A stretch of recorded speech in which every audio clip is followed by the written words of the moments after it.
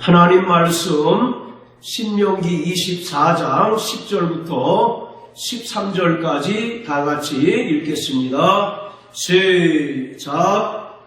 무릇 내 이웃에게 구워줄 때에 내가 그 집에 들어가서 전진물을 취하지 말고 너는 밖에 섰고 내게 꾸는 자가 전진물을 가지고 나와서 내게 줄 것이며 그가 가난한 자여든 너는 그의 전진물을 가지고 자지 말고 해질 때에 그 전진물을 반드시 그에게 돌릴 것이라. 그리하면 그가 그 옷을 입고 자며 너를 위하여 축복하리니 그 일이 내 하나님 여호와 앞에서 내 의로움이 되리라.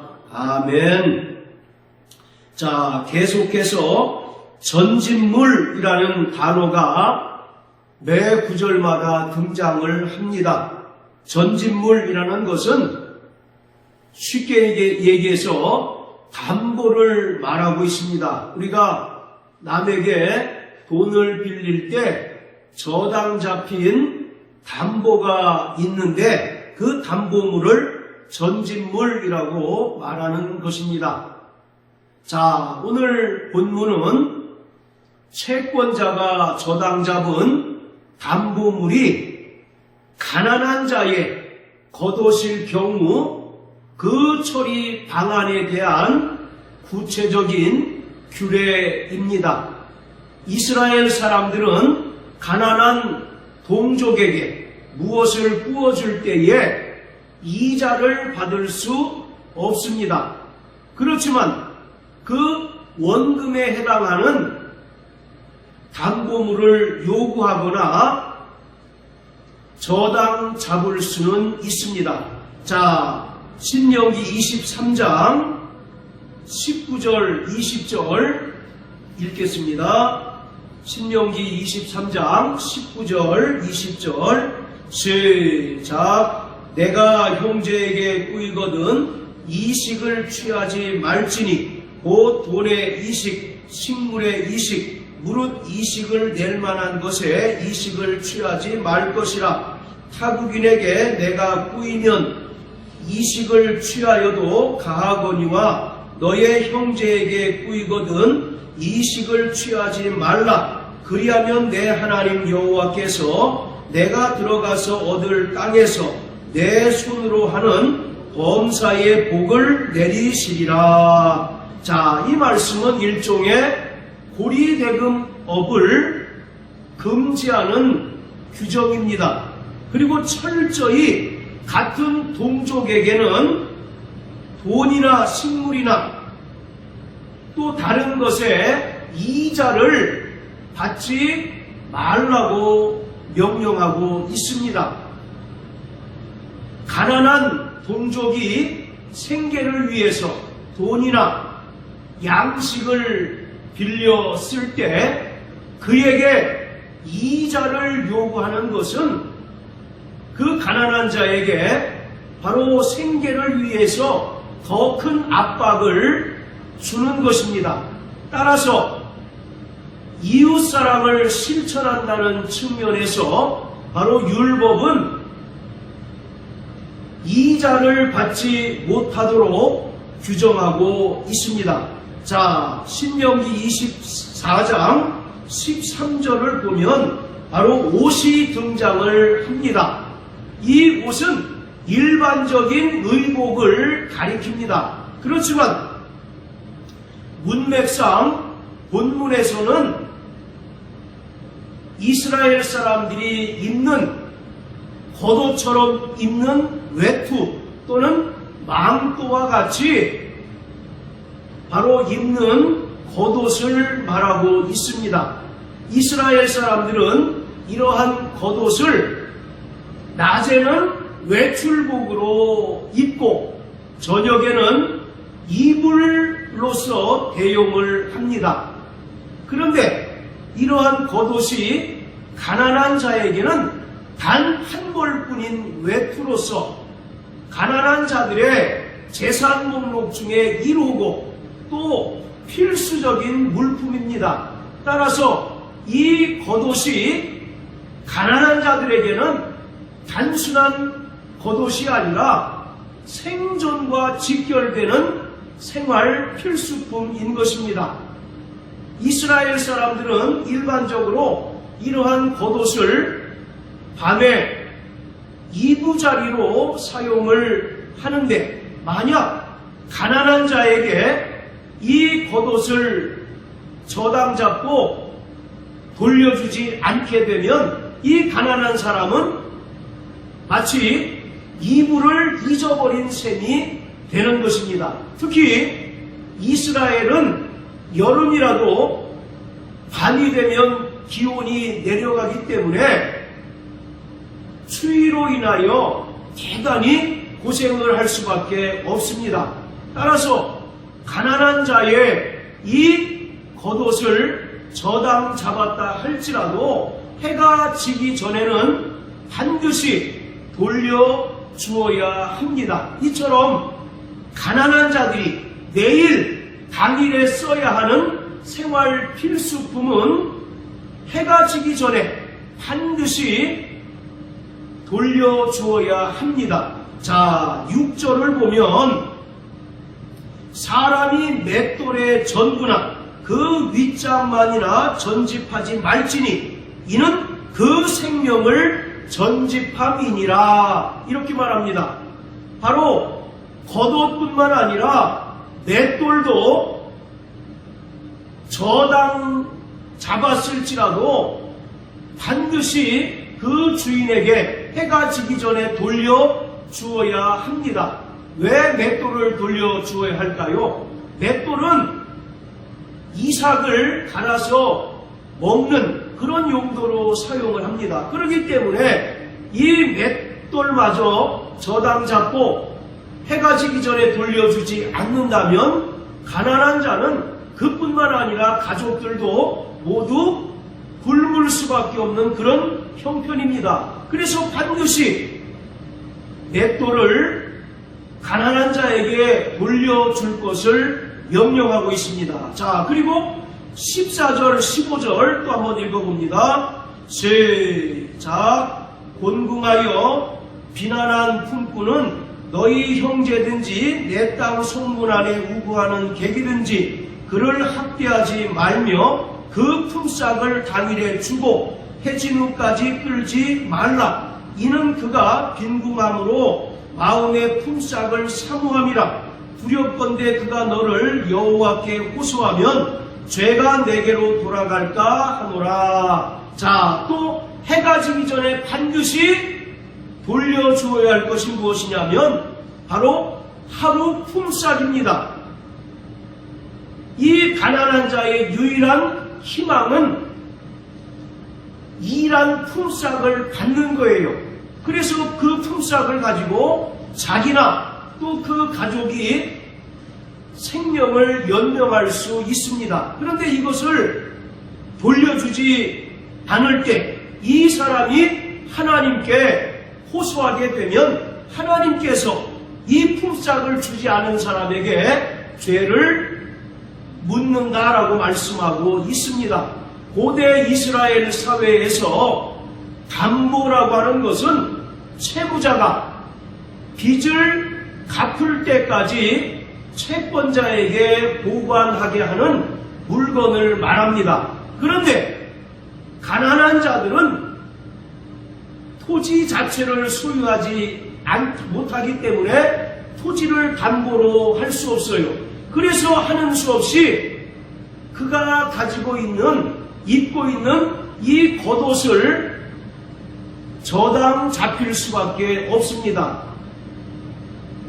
그 겉옷을 저당 잡히는 사람의 그 심정을 한번 생각해 보세요. 남들은 돈을 꾸일 때 자기가 가진 땅이나 다른 귀중품을 담보로 맡기고 돈을 빌릴 수 있는데 이 가난한 사람은 담보로 맡길 것이 없습니다. 그래서 자신의 생계와 직결되는 이 겉옷을 저당 잡히고 겨우 돈을 꾸는 바로 그러한 형편인 거예요. 그렇기 때문에 하나님께서는 율법을 통하여 이렇게 가난한 자들을 위하여 분명한 기준을 마련하고 있습니다. 자, 24장 13절 다시 한번 읽어보겠습니다. 시작. 해질 때에 그 전진물을 반드시 그에게 돌릴 것이라. 그리하면 그가 그 옷을 입고 자며 너를 위하여 축복하리니 그 일이 내 하나님 여호와 앞에서 내 의로움이 되리라. 반드시 그 겉옷을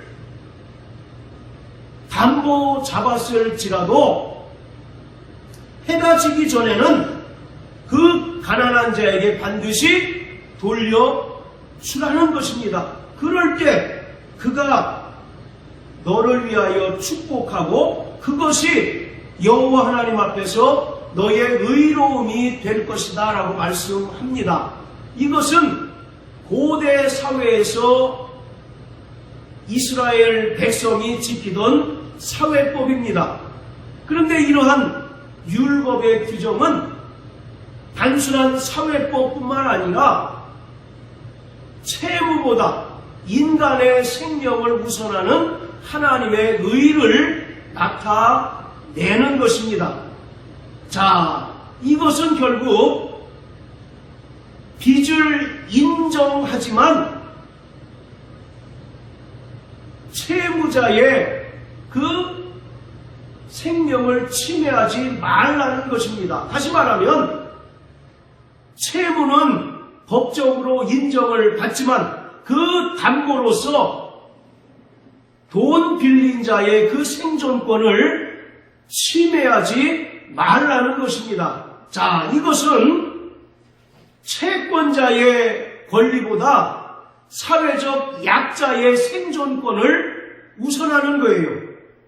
그래서 만약에 저당 잡은 자가 이 겉옷을 해가 지더라도 돌려주지 않는다면 이 가난한 자는 밤에 추위에 떨 수밖에 없고 또 생명을 잃을 수밖에 없는 위험에 처하게 됩니다. 이 겉옷은 가난한 자에게 있어서는 바로 최소한의 생존권이에요. 남들에게는 대단히 하찮은 겉옷이라 할지라도 이 가난한 자에게는 바로 최소한의 생존권입니다. 그렇기 때문에 이것을 저당 잡은 자가 돌려주지 않는다면 이것은 하나님의 형상을 파괴하는 죄를 범하게 되는 것입니다. 하나님께서 모세를 통하여 이스라엘 백성에게 주신 그 10계명 중에 살인하지 말라는 계명이 있습니다. 왜 살인하지 말라고 말씀하셨을까요? 바로 모든 인간은 하나님의 형상대로 지음받은 존귀한 자입니다. 그가 부자이든 빈자이든 또는 많은 지식을 가진 자이건 지식이 없는 자이건 모두 하나님의 형상대로 지음받은 존귀한 자이기 때문에 하나님의 형상대로 지음받은 인간을 죽이는 것은 결국 하나님의 형상을 파괴하는 것이요 또 하나님을 대적하는 일입니다. 마찬가지로 바로 이 겉옷은 가난한 자에게 있어서 마지막 안전장치예요. 이것마저도 뺏어서 돌려주지 않는다면 이 사람이 밤에 추위에 떨 수밖에 없고 또 그로 인하여 죽을 수밖에 없는 위험에 직면하기 때문에 결국 이것은 하나님의 형상을 파괴하는 죄에 해당이 되는 것입니다. 바로 이 겉옷은 가난한 자에게 있어서 마지막 안전장치인 것입니다. 이것마저 저당 잡은 자가 돌려주지 않는다면 더 이상 이 가난한 자가 기댈 것이 없는 바로 그런 상태가 되고 마는 거예요. 따라서 채권자가 이 겉옷을 저당 잡은 것은 이 가난한 자의 목숨을 임시로 압류하고 있는 것과 다를 바가 없는 것입니다. 그래서 반드시 해지기 전에 그 사람에게 돌려주라고 말합니다. 그것이 바로 내 하나님 앞에서 의로움이 될 것이라고 말씀하고 있어요. 여기서 바로 의로움이라고 하는 것은 이 사람의 공로가 아니라 바로 언약관계 안에서 하나님의 성품을 드러내는 것입니다. 하나님께서는 빚으로 말미암아 채무로 말미암아 인간의 생명이 위협받는 상황을 방치하시는 분이 결코 아닙니다. 따라서 신명기 24장 13절에 이러한 규정을 율법에 분명하게 둔 것은 이것이 단순히 어떤 사회적인 윤리 차원을 넘어서 예수 그리스도의 구원을 우리에게 분명하게 보여주고자 하는 것입니다. 바로 빚진 자는 그에게 바로 담보물을 저당해야 하는데 바로 담보물을 맡겼다는 것은 그 생명이 바로 채권자에 의하여 압류된 상태라는 거예요. 그런데 하나님께서는 해지기 전에는 그 옷을 돌려주라고 하는 것은 바로 죄의 빚에서 구원으로 또 해방되는 것을 바로 우리에게 보여주고 있는 것입니다. 채권자에게 그 옷을 저당 잡힘으로 인하여 고통당하고 있는 바로 가난한 자를 돌아보시는 하나님의 그 따뜻한 사랑과 은혜를 바로 이 옷을 통하여 우리에게 보여주고 있는 것입니다. 그리고 모든 인간은 갚을 길이 없는 죄의 빚으로 인하여 죄의 부채로 인하여 고통 중에 있습니다. 그러나 하나님의 아들 예수 그리스도께서 우리에게 바로 무조건적인 은혜를 베풀어 주셨는데 오늘 신명기 24장 13절에 나타난 그 옷을 통하여 우리에게 베풀어 주신 예수 그리스도의 무조건적인 은혜를 보여주고 있습니다. 성경은 인간이 범한 죄를 갚아야 할 빚, 즉 부채로 설명하고 있습니다. 자, 우리 마태복음 6장을 다 같이 보시겠습니다. 마태복음 6장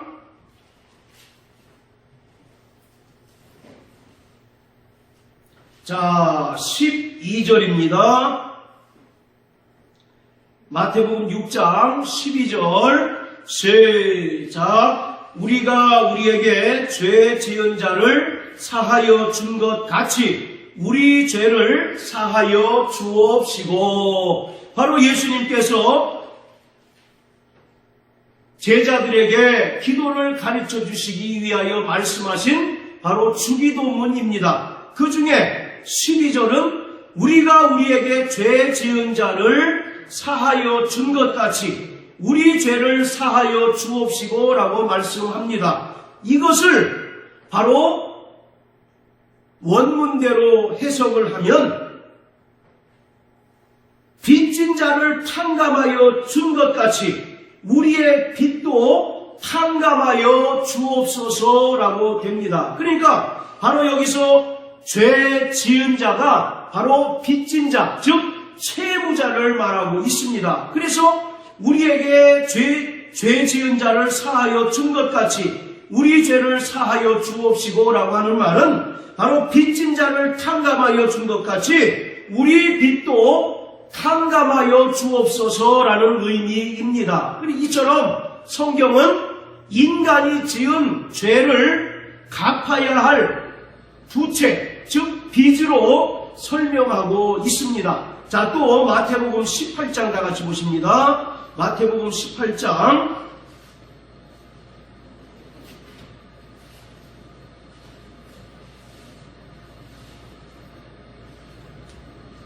자,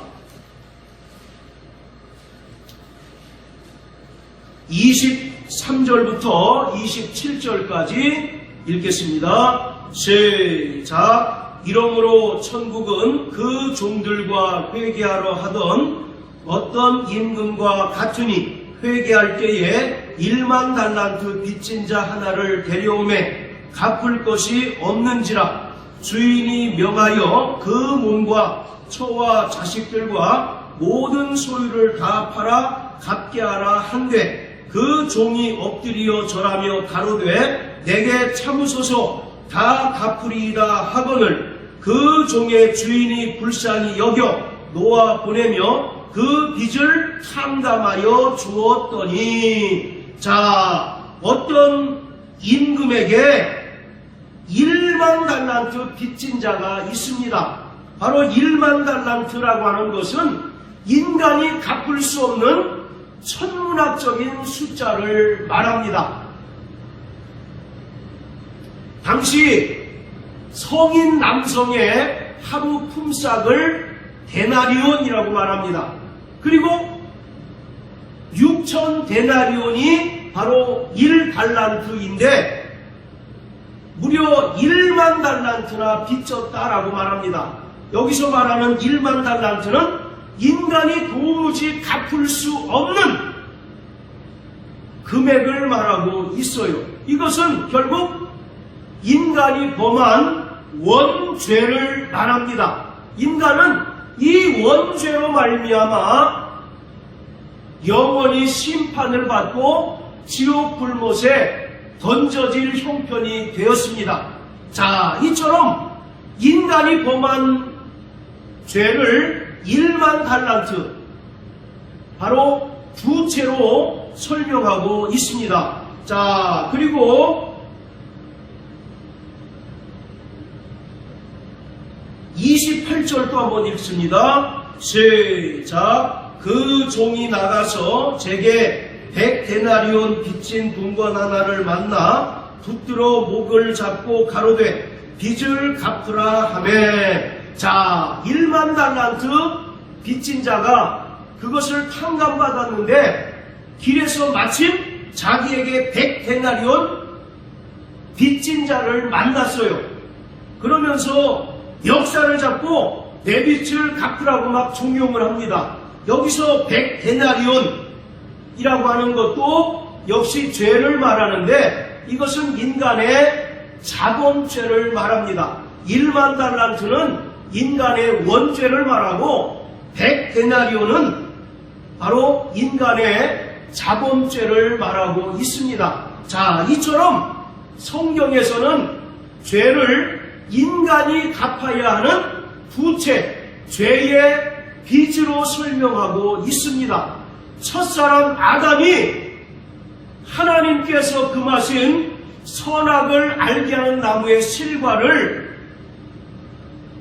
먹은 후 인간은 그 죄값으로 인하여 마귀에게 팔린 신세가 되었습니다. 그래서 일평생 마귀에게 속하여 마귀에게 종노릇하는 신세가 되어버리고 말았습니다.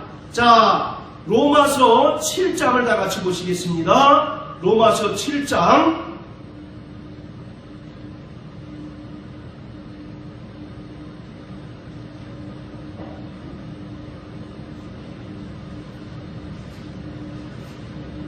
자, 13절, 14절입니다.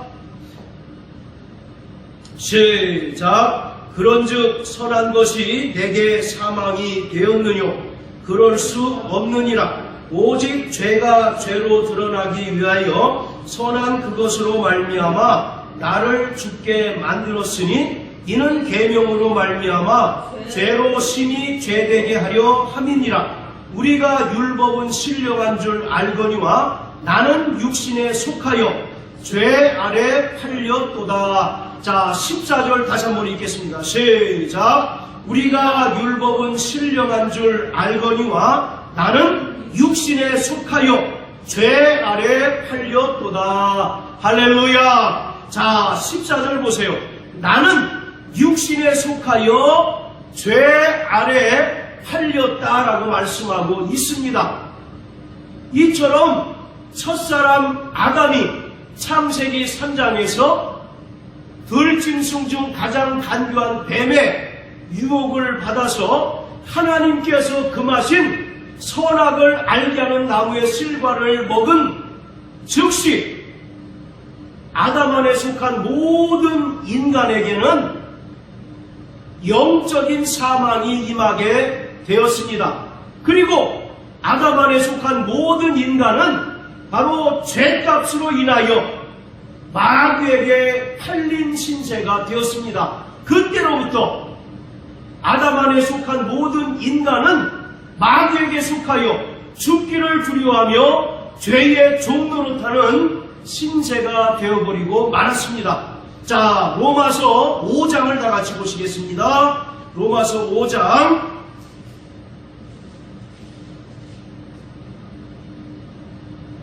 자, 12절부터 14절까지입니다. 시작. 이러므로 한 사람으로 말미암아 죄가 세상에 들어오고 죄로 말미암아 사망이 왔나니 이와 같이 모든 사람이 죄를 지었으므로 사망이 모든 사람에게 이르렀느니라. 죄가 율법이 있기 전에도 세상에 있었으나 율법이 없을 때에는 죄를 죄로 여기지 아니하느니라. 그러나 아담으로부터 모세까지 아담의 범죄와 같은 죄를 짓지 아니한 자들 위에도 사망이 왕노릇하였나니 아담은 오실 자의 표상이라. 자, 첫사람 아담이 죄를 범함으로 말미암아 세상에 죄가 들어왔습니다. 그리고 그 죄로 말미암아 세상에 사망이 들어오고 사망이 모든 사람 위에 왕노릇하게 되었습니다. 그러기에 첫사람 아담의 범죄로 말미암아 아담 안에 속한 모든 인간은 다 죄값에 마귀에 팔린 신세가 되어버리고 말았습니다. 자, 그런데 하나님의 아들 예수 그리스도께서 이 땅에 말씀이 육신이 되어 오셨습니다. 그는 아무런 죄가 없으신 하나님의 아들이시지만 죄인된 인간들을 구원하시기 위하여 이 땅에 사람으로 오셔서 죄인의 모습으로 십자가에 달려 죽으셨습니다. 그리고 피를 흘려 주셨는데 예수님께서 십자가에 달려 죽으시고 그 흘리신 피로 말미암아 인간의 모든 죄의 값을 대신 지불해 주셨습니다. 할렐루야. 마태복음 20장 28절을 보면 인자가 온 것은 섬김을 받으려 함이 아니라 도리어 섬기려 하고 자기 목숨을 많은 사람을 위하여 대속물로 주려 함이라고 말씀합니다. 자, 따라하세요. 대속. 바로 대속이란 말은 대신 빚을 갚는다라는 뜻입니다. 우리가 지은 그 죄의 값이 마태복음 18장의 그 기록처럼 1만 달란트나 됩니다. 이것은 인간이 도무지 갚을 수 없는 천문학적인 액수를 말하고 있는 거예요. 그래서 인간은 이 원죄로 말미암아 영원히 심판받고 또 영원히 지옥 불구덩이에서 불타는 존재가 될 수밖에 없었으나 하나님의 아들 예수께서 이 땅에 오셨습니다. 그는 만왕의 왕이시고 만주의 주로서 찬송과 영광과 섬김을 받으시기에 합당하신 분이시지만 섬김을 받으러 온 것이 아니라 도리어 섬기러 왔습니다. 그 예수님께서 죄인된 인간들을 섬기신 방법은 인간을 대신하여 십자가에 달려 죽으시는 것이었어요. 그리고 그 흘리신 피로 인간의 모든 죄의 값을 대신 지불하는 것입니다.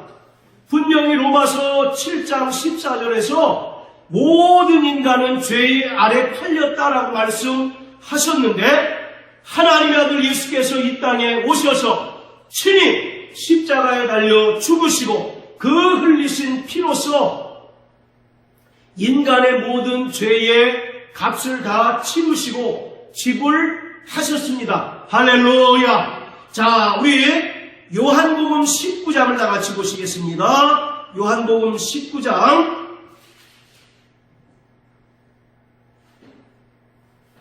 자, 28절부터 30절까지 읽겠습니다. 시작. 이후에 예수께서 모든 일이 이미 이룬 줄 아시고 성경으로 응하게 하려 하사 가라사대 내가 목마르다 하시니 거기 신포도주가 가득히 담긴 그릇이 있는지라. 사람들이 신포도주를 머금은 해용을 우슬초에 매여 예수의 입에 대니 예수께서 신포도주를 받으신 후 가라사대 다 이루었다 하시고 머리를 숙이시고 영원히 돌아가시니라. 바로 예수님께서 십자가에 달려 죽으시기 전에 다 이루었다라고 선언하셨습니다. 이것을 예수님의 가상칠언이라고 말하는데, 그 중에서 예수님께서는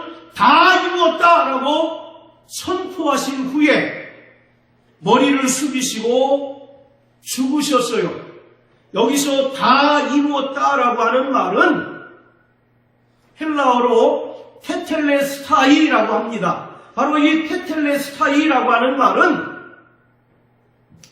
고대 그리스 사회에서 널리 사용되던 상업 용어입니다. 물건을 사면 반드시 어떻게 됩니까? 그 물건에 상응하는 대금을 지불해야 되겠죠. 이처럼 바로 다 이루었다, 즉 테텔레스타이라고 하는 단어는 그 당시 널리 사용되던 상업 용어로서 물품 대금을 다 지불하고 다 치루었다라는 그러한 의미인 것입니다. 말씀드린 것처럼 모든 인간은 첫사람 아담이 죄를 범함으로 말미암아 죄값에 팔려 마귀에게 속하여 죽기를 두려워하는 죄의 종노릇 하였습니다. 그런데 하나님의 아들 예수 그리스도께서 이 땅에 말씀이 육신이 되어 오셔서 친히 죄인의 모습으로 십자가에 달려 죽으셨고 그 흘리신 피로 우리의 모든 죄의 값을 다 지불하시고 다 치르셨어요. 할렐루야. 바로 이처럼 예수님께서 다 이루었다라고 하신 말씀은 그가 친히 십자가에 달려 죽으실 때 흘리신 피로 인간의 모든 죄의 값을 다 지불하시고 치르셨다는 것입니다. 그리고 이것은 완벽하게 하나님의 구원을 성취하셨다는 것을 말하고 있어요. 그렇기 때문에 누구든지 십자가에 달리사 흘리신 그 예수님의 보혈을 믿기만 하면 우리는 모든 죄와 사망의 권세로부터 자유함을 얻게 되고 또 해방을 얻게 됩니다. 자, 따라하세요. 다 이루었다. 다 이루었다. 다 지불하였다. 다 지불하였다. 예수님께서 십자가에 달려 죽으실 때 흘리신 피로 말미암아 인간의 모든 죄의 값을 다 지불하시고 다 치우셨습니다. 그러므로 누구든지 십자가에 달려 흘리신 예수님의 보혈을 믿는 자는 더 이상 마귀 아래 죄의 종로로 타는 신분이 아니라 자유자요, 또 그리스도 예수 안에서 하나님의 자녀요, 하나님의 후사된 자들입니다. 그래서 에베소 2장에 보면 우리는 본질상 진노의 자녀였다라고 말씀합니다. 즉 죗값에 팔려 마귀의 종노릇하는 신분이었으나 예수 그리스도의 십자가 보혈의 은혜로 말미암아 우리는 자유자가 되었고 또 그리스도 안에서 참된 해방을 얻게 되었습니다. 그래서 사도행전 20장 28절에서는 교회를 하나님께서 피로 사셨다라고 말씀합니다. 자, 사도행전 20장 28절입니다. 사도행전 20장 28절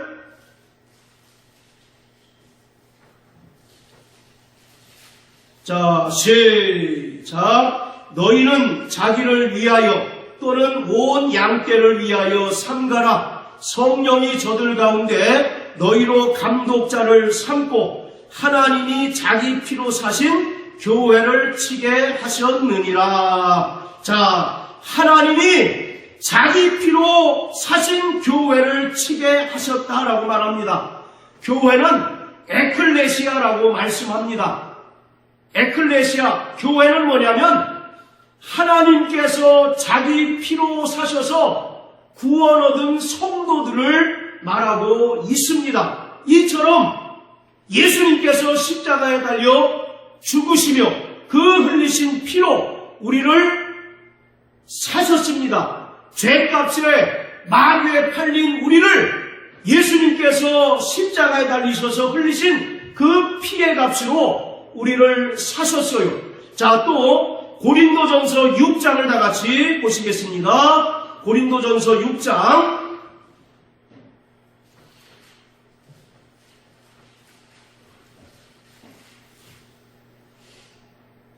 자, 19절 20절입니다.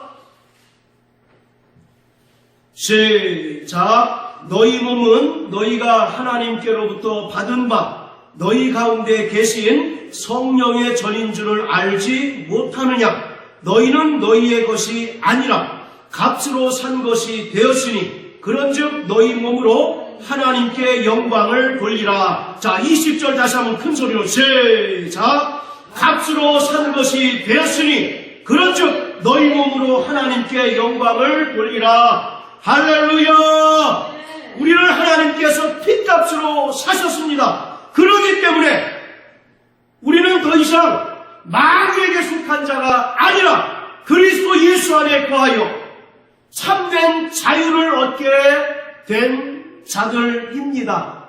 요한복음 8장 32절에 예수님께서 진리를 알지니 진리가 너희를 자유케 하리라고 말씀하십니다. 그랬더니 유대인들이 이러한 예수님의 말씀을 듣고 우리는 아브라함의 자손으로서 아무에게도 종된 일이 없는데 왜 우리더러 자유하라고 하느냐? 라고 반문하자 예수님께서는 누구든지 죄를 범한 자마다 죄의 종이라고 말씀합니다. 우리는 마귀에게 속하여 본질상 진노의 자녀요 죄의 종노릇하는 자들이었습니다.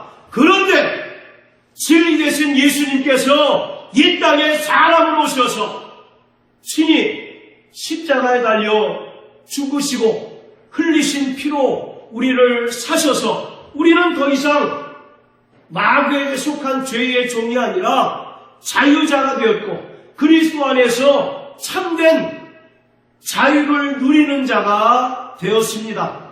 갈라디아서 5장 1절을 보면 예수님께서 우리를 자유케 하시기 위하여 이 땅에 오셨다라고 말씀하고 있습니다. 자, 이처럼 신명기 24장 13절에서 가난한 자가 채권자에게 그의 겉옷을 저당 잡히고 돈을 꾸었을 때 그 채권자는 해가 지기 전에 가난한 자에게 반드시 그 옷을 돌려주어야 하는데 이것은 바로 예수님께서 이 땅에 오셔서 이루신 구원을 우리에게 설명해주고 있습니다. 우리는 죄값에 마귀에게 압류된 자요 또 저당 잡힌 자였었는데 예수님께서 우리를 핏값으로 사셔서 우리가 참된 자유를 얻게 되었고 그리스도 안에서 참된 해방을 누리게 되었습니다. 할렐루야. 이러한 관계를 분명하게 보여주는 구약의 사건이 있습니다. 자, 우리 열왕기하 4장을 다 같이 보시겠습니다. 열왕기하 4장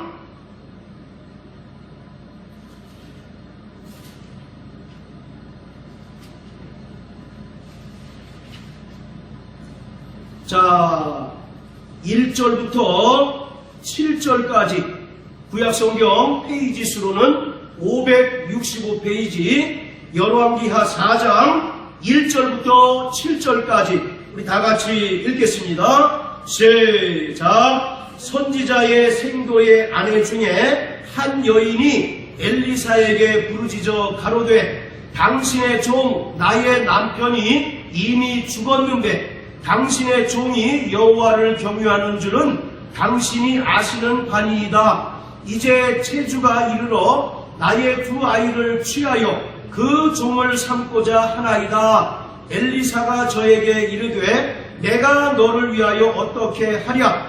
내 집에 무엇이 있는지 내게 구하라. 저가 가로되 계집종의 집에 한 병 기름 외에는 아무것도 없나이다. 가로되 너는 밖에 나가서 모든 이웃에게 그릇을 빌라. 빈 그릇을 빌되 조금 빌지 말고 너는 내 두 아들과 함께 들어가서 문을 닫고 그 모든 그릇에 기름을 부어서 차는 대로 옮겨 놓으라. 여인이 물러가서 그 두 아들과 함께 문을 닫은 후에 저희는 그 그릇을 그에게로 가져오고 그는 부었더니 그릇에 다 찬지라. 여인이 아들에게 이르되 또 그릇을 내게로 가져오라. 아들이 가로되 다른 그릇이 없나이다 하니 그릇이 곧 그쳤더라. 그 여인이 하나님의 사람에게 나아가서 고한되 저가 가로되 너는 가서 기름을 팔아 빚을 갚고 남은 것으로 너와 내 두 아들이 생활하라 하였더라. 아멘.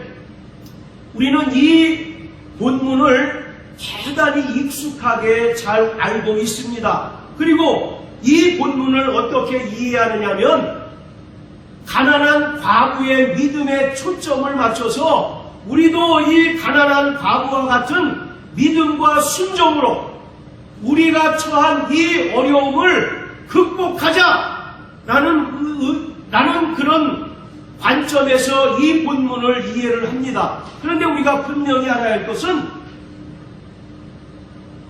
모든 성경은 우리에게 예수 그리스도를 알려주는 것이고 또 예수님께서 이 땅에 오셔서 행하신 그 구속 사역을 분명하게 보여주는 것입니다. 그렇기 때문에 특히 구약의 모든 사건들은 철저히 신본주의 관점, 즉 하나님의 관점에서 하나님께서 어떤 일을 행하시는가를 이해하도록 우리가 연구하고 살펴야지 인간적인 측면에서 인본주의적 관점에서 성경을 해석하면 상당한 오류가 발생할 수밖에 없습니다.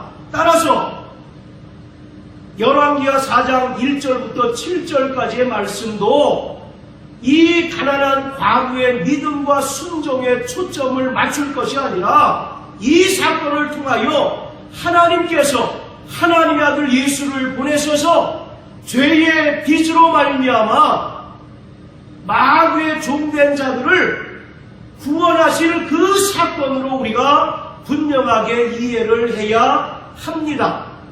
자, 이 사건은 여러분들이 잘 아실 것입니다. 어떤 선지생도가 있었는데 이 선지생도가 체주에게 돈을 빌렸습니다. 그런데 그 빚을 다 갚지 못하고 죽어버리고 말았어요. 그래서 이 체주는 채무자가 죽었기 때문에 이 채무자에게는 받을 방법이 없자 그 가정을 찾아가서 그 가정에서 돈 될 것이 있나 살펴봅니다. 그런데 집안 꼬라지가 영 형편없기 때문에 가져갈 만한 게 아무것도 없어요. 근데 마침 이 선지생, 죽은 선지생도에게는 두 아들이 있습니다. 그래서 아무것도 가져갈 것이 없자 채주는 두 아들을 종을 삼으려고 합니다. 그 딱한 사정을 엘리사 선지자에게 고백하자 엘리사 선지자는 그릇을 이웃에게 빌려오라고 하고 그 그릇에 가득가득 기름을 채워줍니다. 그리고 마지막으로 그 기름을 팔아서 빚을 다 갚고 남는 것이 있거든 너와 두 아들과 함께 생활하라고 말합니다. 자, 1절을 보면 채주가 나옵니다. 요즘 말로 하면 사채업자도 사채업자. 여러분, 인류 역사상 가장 오래된 세 개의 직업이 있다고 합니다. 첫째는 창기, 두 번째는 조직폭력배, 그리고 세 번째는 바로 사채업자예요. 사채업자. 이 채주는 바로 사채업자를 말합니다. 그리고 여기서 이 채주는 단순히 고리대금업을 하는 사람을 가리키는 것이 아니라 바로 세상 임금인 마귀를 상징적으로 표현하고 있습니다. 이 가난한 과부의 가정이 빚을 갚지 못하자 사채업자는 두 아들을 종을 삼으려고 하고 있습니다. 이것은 첫사람 아담이 하나님의 말씀을 불순종하고 선악을 알게 한 나무의 실과를 먹은 즉시 그 죄값으로 마귀에게 팔려 죄의 종노릇하는 것을 말하고 있습니다. 그리고 중요한 것은 바로 엘리사 선지자의 이름입니다. 바로 엘리사 선지자의 이름은 여호와 하나님은 구원이시다라는 뜻이에요. 자, 따라하세요. 여호와 하나님은 구원이시다. 예, 바로 이 엘리야는 예수 그리스도를 예표하고 있습니다. 마태복음 1장을 보면 예수님 그 이름의 뜻이 분명하게 언급되어 있는데 저가 자기 백성을 죄에서 구원하실 자다라고 말씀하고 있습니다. 그러니까 바로 이 엘리사는 신약의 예수 그리스도를 예표하고 있습니다. 그래서 엘리사가 이 이적을 통해서 빌려온 그릇마다 기름을 채워줍니다.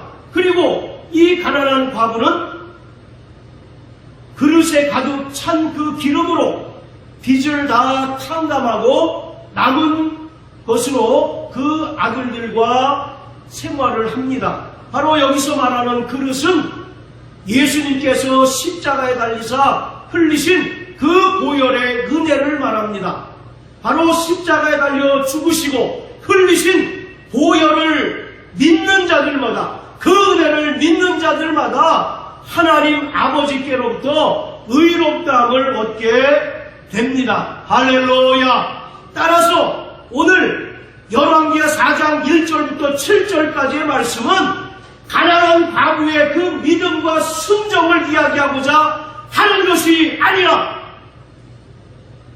죄값으로 마귀에게 팔려 죄의 종노릇한 인간들을 예수님께서 십자가에 달리사 흘리신 그 보혈의 은총으로 그 죄의 빚을 탕감해 주시고 구원해 주시는 이야기를 하고 있는 것입니다. 사랑하는 성도 여러분, 우리는 1만 달란트나 되는 도무지 갚을 수 없는 죄의 빚, 죄의 부채로부터 탕감받은 자입니다. 할렐루야. 그렇기 때문에 마땅히 우리에게 100데나리온 빚진 자를 용서해주고 또 관용을 베풀어야 합니다. 신명기 24장 13절에서 말하는 이 옷은 은혜를 상징하고 있습니다.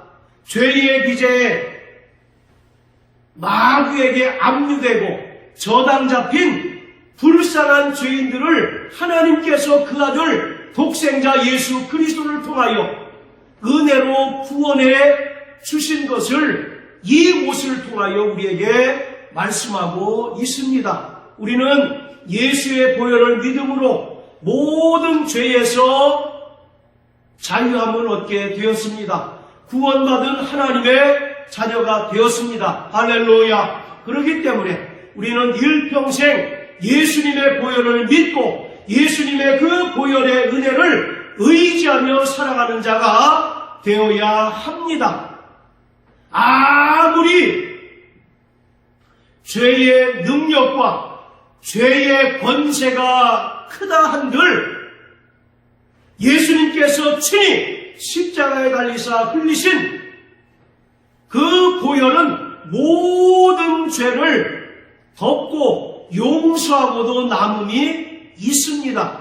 그래서 이스라엘 백성들이 애굽에서 출애굽할 때 하나님께서는 모세를 통하여 명령하시기를 1년 된 양을 잡아서 그 피를 문설주와 좌우 인방에 바르라. 그러면 하나님의 진노가 그 피를 볼 때 넘어가리라고 말씀하고 있습니다. 이것이 바로 6월절의 은혜입니다.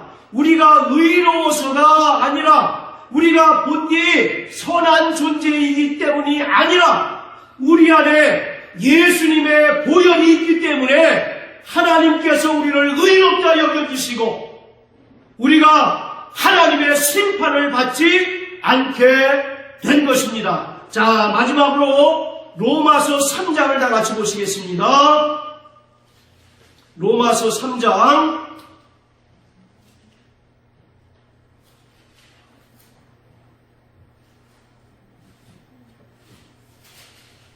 자, 23절부터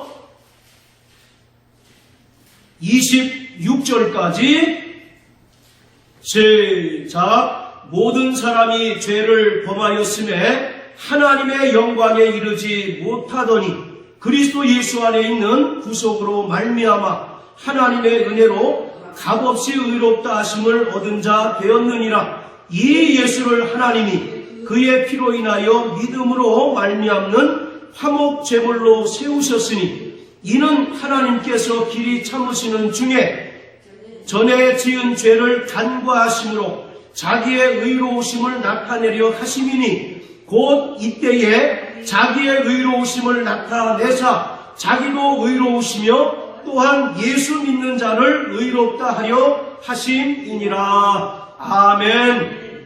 자, 23절을 보세요. 모든 사람이 죄를 범하였음에 하나님의 영광에 이르지 못하였다라고 말합니다.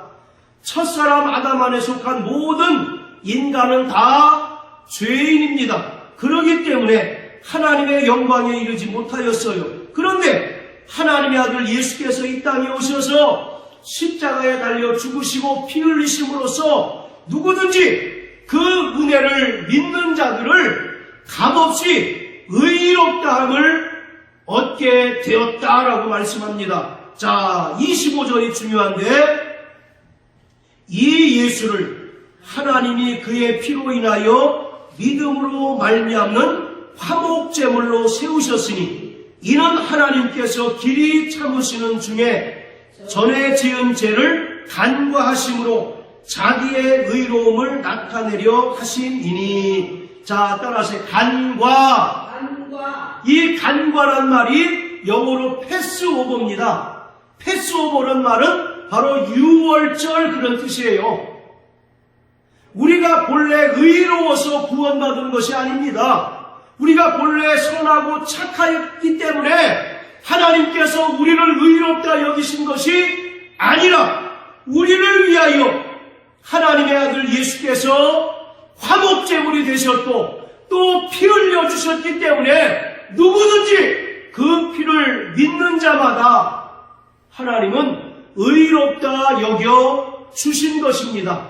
일평생 예수의 보혈을 믿는 자 되시길 주님의 이름으로 축복합니다. 일평생 예수의 보혈을 의지하고 날마다 회개하는 거룩한 삶을 살아가는 저와 여러분들 되시길 주님의 이름으로 축복합니다.